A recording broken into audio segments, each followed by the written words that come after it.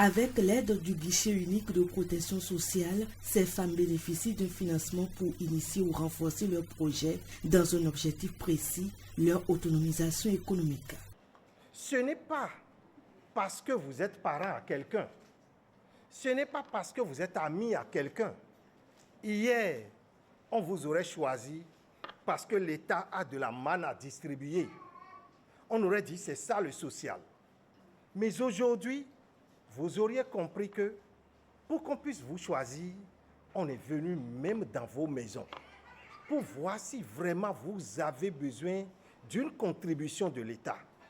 On est venu auditionner ceux qui sont autour de vous, votre mari, votre femme, vos enfants. On est allé même dans les quartiers pour voir si vraiment vous avez des difficultés à démarrer une activité.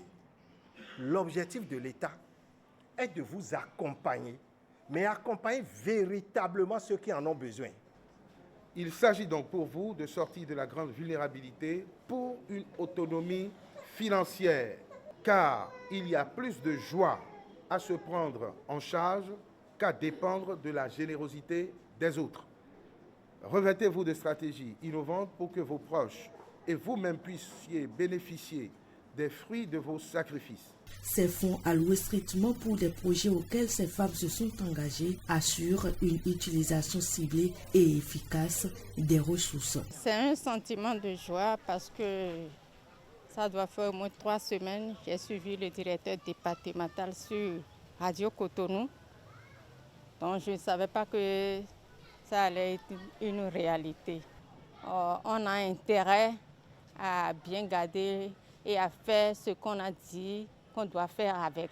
Une initiative prometteuse qui, au-delà de l'aide immédiate, cherche à poser les bases d'une autonomie durable et à lutter contre les inégalités économiques.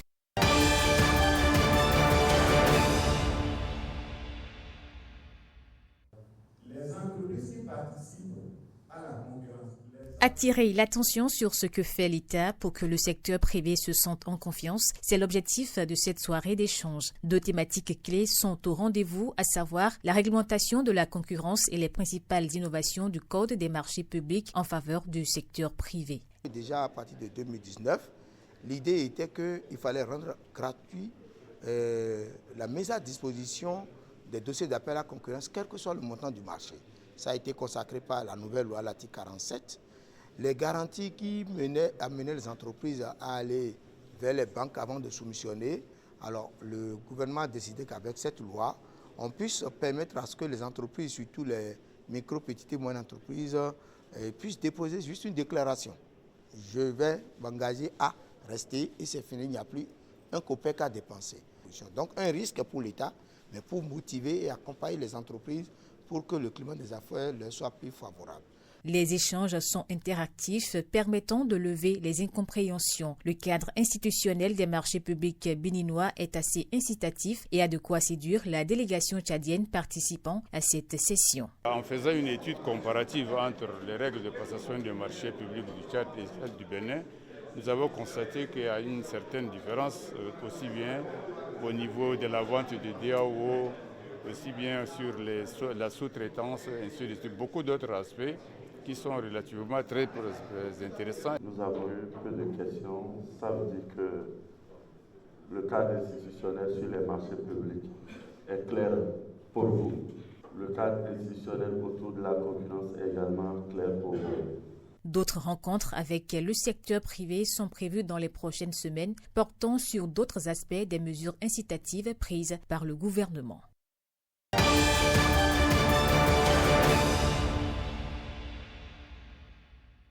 La Journée internationale des volontaires met à l'honneur ces hommes et femmes dont l'engagement quotidien contribue de manière significative au développement socio-économique des nations. Cette journée est également l'occasion de reconnaître publiquement le rôle essentiel des volontaires dans le tissu social et économique du Bénin.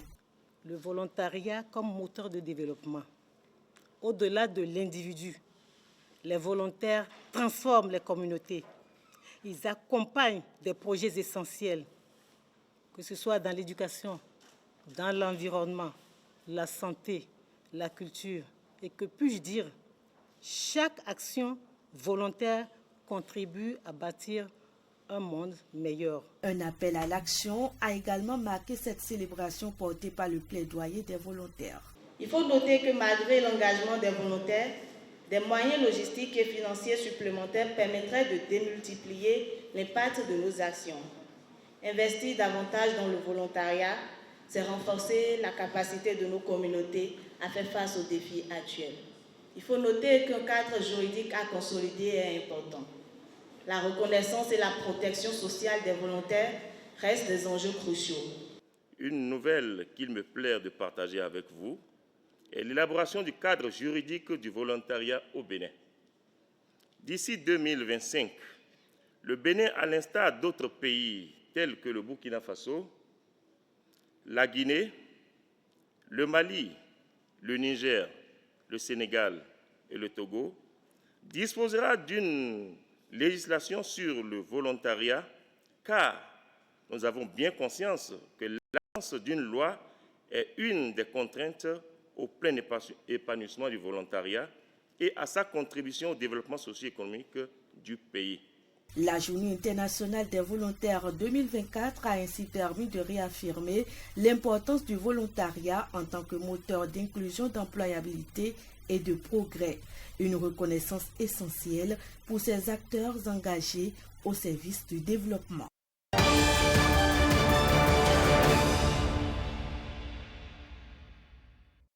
Il s'agit d'exposer au cours de ces travaux le bilan de la mise en œuvre du PAAC, Programme annuel d'assistance conseil pour le compte de l'année 2024 dans le département du Borgou.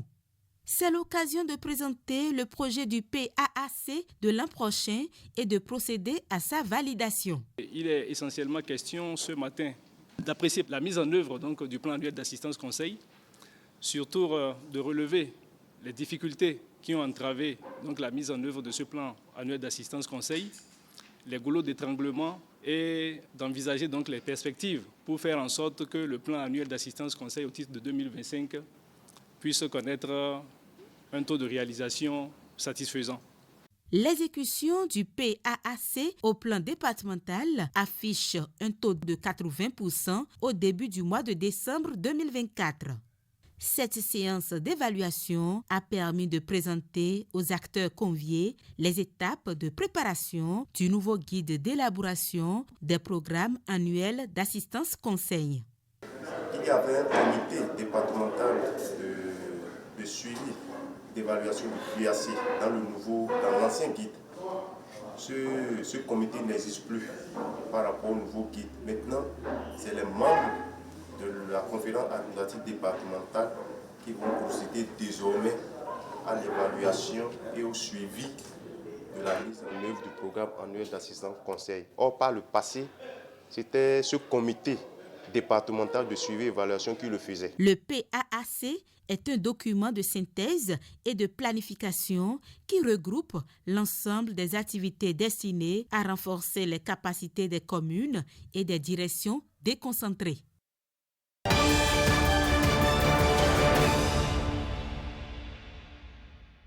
Depuis quelques jours, on est en train de faire des sensibilisations au profit des acteurs de la filière soja pour leur présenter le mécanisme de la commercialisation du soja au titre de cette campagne 2024-2025.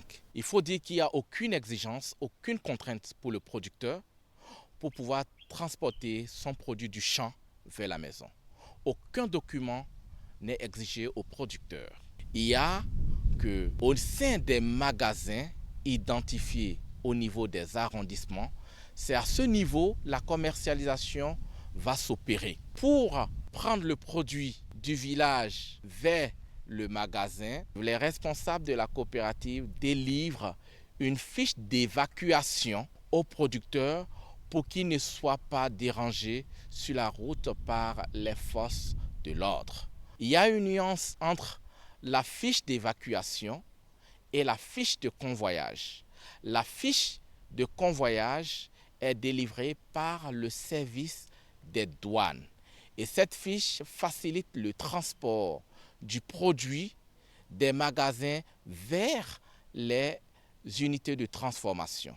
La fiche à retirer au niveau du service des douanes est gratuite. La fiche d'évacuation est détenue par les responsables de la coopérative pour faciliter le transport des produits du village vers les magasins identifiés qui vont servir de base pour la commercialisation.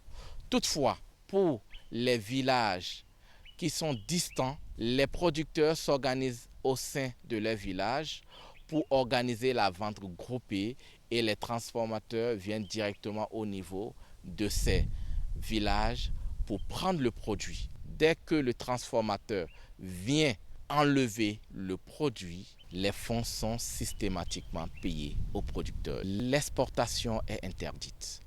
Les sorties frauduleuses sont interdites.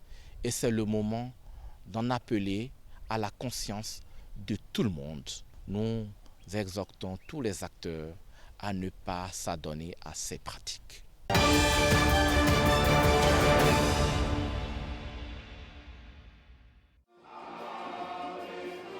Célébration du 80e anniversaire de l'Église apostolique du Bénin. Une manifestation couplée avec la 32e convention annuelle de l'Église. Et pour marquer ses 80 ans, l'hymne composé pour l'occasion solennelle est exécuté à l'unisson par les fidèles venus du Bénin et d'autres cieux. La jeunesse de l'Église apostolique dans le monde et les actions de sa représentation au Bénin font l'objet des communications. L'Église dispose des centres de formation biblique et théologique dénommés IPTAP, entendu Institut biblique et théologique apostolique du Bénin, où sont formés tous les ministres de Dieu de l'Église et d'autres serviteurs de la sous-région. Dans le domaine éducatif, 6 écoles primaires, dont une bilingue et un collège sont créés au nom de l'Église apostolique du Bénin. Les fidèles sont également édifiés sur les principes fondamentaux de l'Église tels que le baptême du Saint-Esprit, la dîme et l'espérance du retour de Jésus-Christ. Le Saint-Esprit, c'est lui qui nous dirige dans l'Église. Le Saint-Esprit vient à travers des hommes. En eux, il agit. Et nous tous, nous bénéficions des bénéfices, des merveilles de Dieu. Ce n'est pas la force humaine, c'est plutôt le Saint-Esprit qui agit en nous et à travers nous. Je veux honorer aussi les autorités de ce pays qui font un bon travail, qui permettent à l'Évangile d'être prêché, la liberté qu'on a dans ce pays de pouvoir prêcher l'Évangile, c'est vraiment une grâce de Dieu. Et l'Église du Bénin est grandissante. Il y a un mouvement, il y a une jeunesse qui est dynamique. Et les hommes, les femmes, tout le monde est au travail. Et je veux dire une chose, c'est que ce n'est pas simplement l'Église qui est dans ce pays. Je vois bien que c'est ce pays qui accueille l'Église. Et c'est vraiment encourageant. Adoration, louange et prière pour le Bénin rythment la célébration des 80 ans de l'Église apostolique. Les personnes vivantes ou rappelées à Dieu ayant marqué l'histoire de l'Église apostolique sont également distinguées.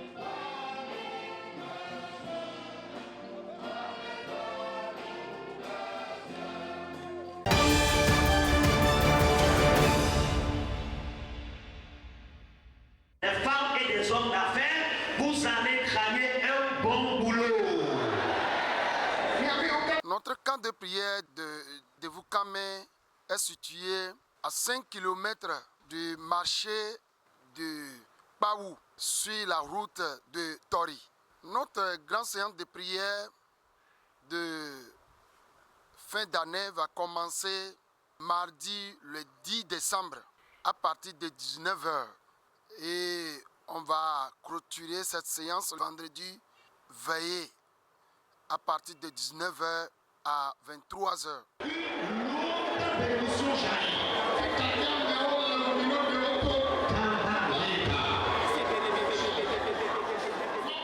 Je vais profiter de cette occasion pour inviter toute la population du Bénin et du Cotonou et ses environs à participer. Ça va vous faire du bien parce que c'est la séance de fin d'année.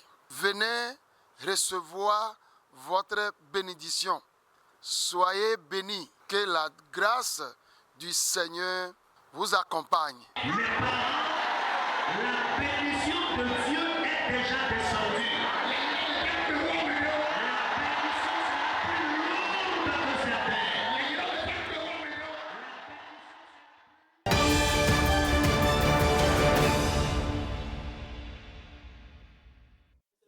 Un mois après sa création, l'interprofession Soja Bénin intensifie ses actions pour remplir sa mission.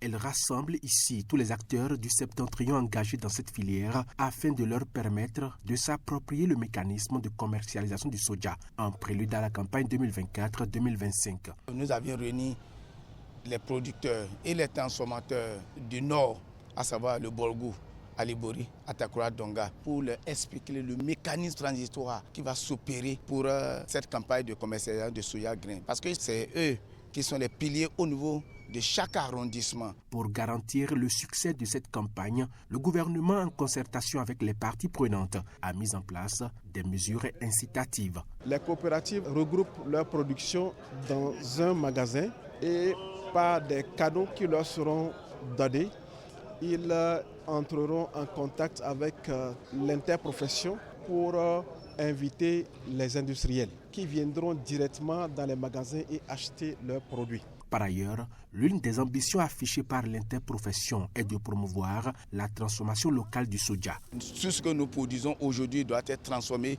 pour le bien-être de nos frères, pour le bien-être de la population, maîtriser le flux commercial. C'est une interprofession qui est née avec les dents, qui sait déjà ce qu'il doit faire. Et c'est l'interprofession de soja qui va discuter du mécanisme, des conditions de commercialisation de soja avec vous, les producteurs. Parce que c'est des gens qui sont déjà dans l'activité, donc qui ont déjà une expérience en la matière. Mais ce que je voudrais surtout vous demander aux producteurs, aux transformateurs, c'est d'aider vraiment cette interprofession. Je voudrais les exhorter à éviter toute sortie frauduleuse. Les transformateurs et les producteurs se sont mis d'accord sur un prix qui sera quand même avantageux pour le producteur et pour le transformateur. Ce prix sera homologué en Conseil des ministres et à partir de cet instant sera diffusé et pratiqué sur toute l'étendue du territoire national. Il n'y aura pas une différenciation de prix, quelle que soit la zone où le producteur se retrouve. En balisant le terrain, dès à présent, l'interprofession Soja Bénin se mobilise pour une campagne de commercialisation fluide et sans entrave.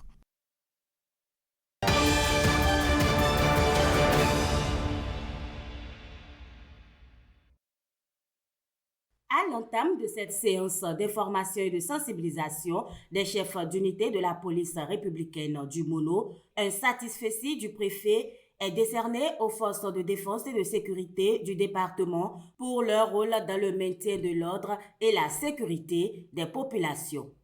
Je voudrais vous dire qu'en matière de sécurité dans notre département, il faut dire qu'ils font un travail vital, appréciable dans le département. Ces chers chefs d'unité, je voudrais vous inviter à une attention soutenue. Le message apporté est clair. Aucune bavure policière dans l'accomplissement des différentes missions qui leur sont assignées en cette période de fête de fin d'année. La séance qui s'est tenue à huis clos invite ces hommes en uniforme à plus de professionnalisme afin de préserver la paix et la cohésion sociale. C'est la bienvenue, cette séance de sensibilisation, parce que ça nous permettra de mieux faire ce que nous savons déjà faire, mieux le faire au bénéfice de la population, mieux le faire pour permettre à nos populations des 6 communes du département du Mono de fêter en toute quiétude et dans la paix. Je voudrais inviter tous les participants ici présents à suivre attentivement la séance les différents points que nous allons aborder, à participer également activement aux échanges, de manière à ce que nous puissions tous améliorer le travail que nous faisons déjà d'une très bonne manière. Les chefs d'unité présents à la séance de sensibilisation et d'information prennent l'engagement de respecter les principes sacro-saints de leur corporation pour la sécurité des personnes et des biens, surtout en cette période de fête de fin d'année.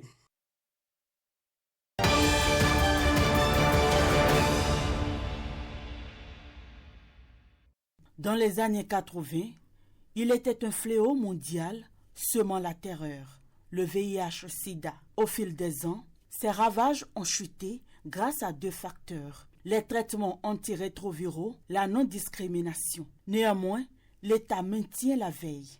Depuis 2 décennies environ, en milieu militaire au Bénin, les stratégies de riposte sont connues et approuvées. À travers le programme de prévention VIH, au profit des personnels militaires ou des personnels en uniforme et leurs familles.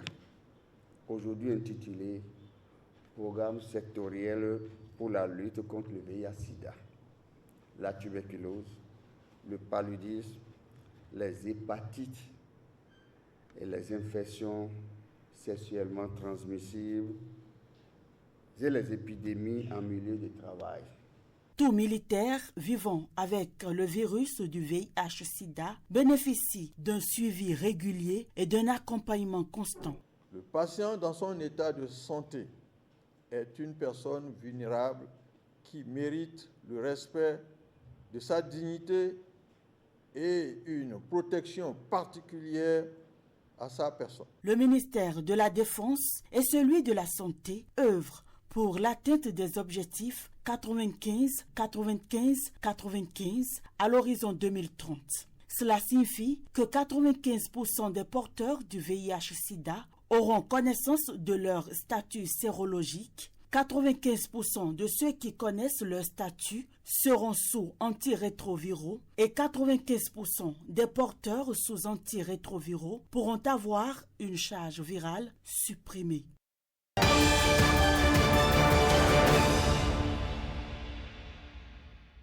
La Semaine nationale de l'eau et de l'assainissement a démarré au Palais des Congrès de Cotonou ce mardi 3 décembre 2024. Durant 3 jours, à travers des communications, les participants vont échanger sur le thème « Économie circulaire et innovation technologique ». Cet événement qui réunit les chercheurs, les enseignants, les innovateurs, les étudiants, les experts et les professionnels du Bénin et d'ailleurs permet de partager les résultats de leurs recherches, leurs innovations technologiques ainsi que leurs projets divers. L'Institut national de l'eau, qui mobilise les experts de différents pays en matière d'eau et d'assainissement, entend faire en sorte que des outils soient mis en place pour la gestion optimale des systèmes d'alerte précoce ainsi que des ressources en eau du pays. S'il est vrai que l'eau est source de vie et qu'il faut la protéger, il n'en demeure pas moins que parfois les éléments issus de l'assainissement de ces eaux ou de la gestion des différents déchets constituent un problème majeur qui n'arrive pas à trouver de solution facilement dans les pays, surtout en voie de développement. La recherche, action et la formation de renforcement des capacités doivent amener aujourd'hui à faire de ces problèmes des opportunités pour que ce qui constitue un déchet aujourd'hui puisse devenir une matière première pour une autre activité. La Semaine nationale de l'eau prend fin le 5 décembre.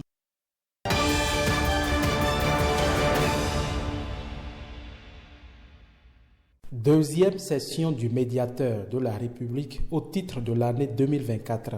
Pendant 2 semaines, l'institution reçoit des ministères, des mairies, préfectures et agences. L'objectif est d'échanger avec ces administrations sur les solutions qu'elles ont apportées aux réclamations des citoyens ayant saisi le médiateur de la République. La deuxième session du médiateur de la République qui s'ouvre ce jour, mardi 3 décembre 2024, étudiera 98 dossiers concernant 23 administrations qui sont invités à des séances plénières ici, au siège du médiateur de la République.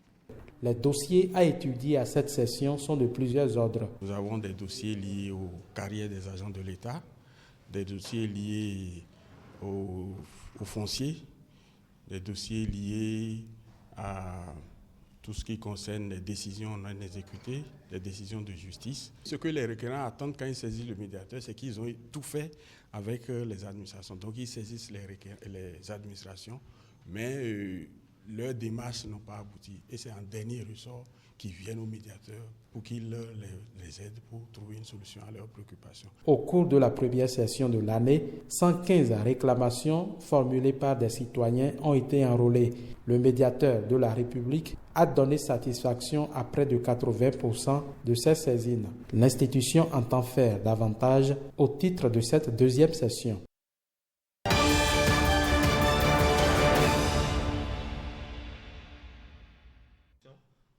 Les préfets, maires, chefs de projet, responsables d'organisations paysannes et partenaires techniques et financiers impliqués dans la mise en œuvre du programme d'appui aux initiatives du secteur de l'élevage et à la cohésion sociale paix COSO, des départements de l'Ouémé et du Plateau, du Koufo et du Mono, sans oublier le Zou, réfléchissent sur la question de la mobilité pastorale et ses implications. D'ici peu, dans le cadre de la recherche des ressources, les animaux vont se déplacer. C'est une formation qui doit outiller les différents acteurs par rapport aux dispositifs, aux mécanismes qu'ils doivent mettre en place pour prévenir et gérer les différents conflits qu'ils ont sur le territoire. Ils vont faire une planification et puis se donner une petite feuille de route en matière de prévention et gestion des conflits. Le mois de décembre, réputé sensible pour agriculteurs et éleveurs, la coopération suisse et Helvetas anticipe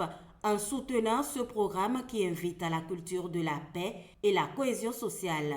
Donc l'éleveur doit prendre conscience que le champ est aussi important pour l'agriculteur, que l'animal est important pour lui et vice-versa. Donc je les invite vraiment à plus de retenue et surtout à privilégier vraiment les règlements à l'amiable de ceux qui sont mandatés pour les aider, pour les accompagner dans la gestion de ces différents conflits-là, soient les seuls à pouvoir assumer cette responsabilité.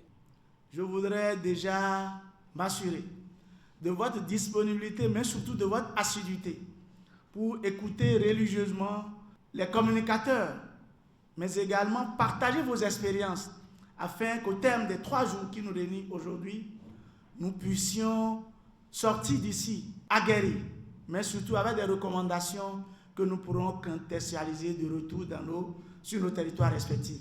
La paix et la cohésion sociale étant indispensables pour construire un Bénin prospère, le gouvernement, à travers le Haut Commissariat à la sédentarisation des éleveurs, compte sur l'implication de tous les acteurs pour que cette période de mobilité des bêtes se passe sans heurts.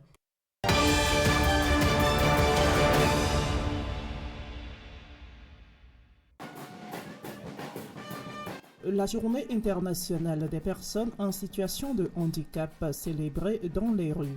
À travers cette caravane, ces personnes à besoins spécifiques ont parcouru la ville d'Abomey pour appeler leur résistance à la population et aux autorités. Elles démontrent aussi leur savoir-faire culturel et artistique. Le moment est propice pour évaluer les progrès réalisés pour l'épanouissement des personnes handicapées. Leurs difficultés sont également passées en revue, ainsi que leur contribution à la construction du pays. On ne fêtait pas ça ensemble, mais on s'est dit qu'ensemble, on sera plus fort. On existe. Que la directrice départementale, avec son staff, plaide pour que chaque coordination puisse l'organiser à son actif et que chacun puisse se retrouver dans la fête. Vous continuez d'occuper une place préférentielle dans les perspectives du gouvernement. Votre rôle est essentiel dans la création d'un monde plus inclusif et plus durable. Et je vous inviterai donc à vous saisir du leadership naturel qui existe en vous pour vous approprier des mesures prises par le gouvernement de son Excellence Patrice Talon, président de la République du Bénin, et d'aider vos frères et sœurs comme vous à en bénéficier également. On ne peut que rendre grâce à Dieu à travers tout l'effort que fait le gouvernement à notre faveur. Au menu des manifestations, une communication sur les mesures préférentielles prises par le gouvernement au profit des personnes handicapées. À cela s'ajoutent des prestations artistiques suivies de réjouissances.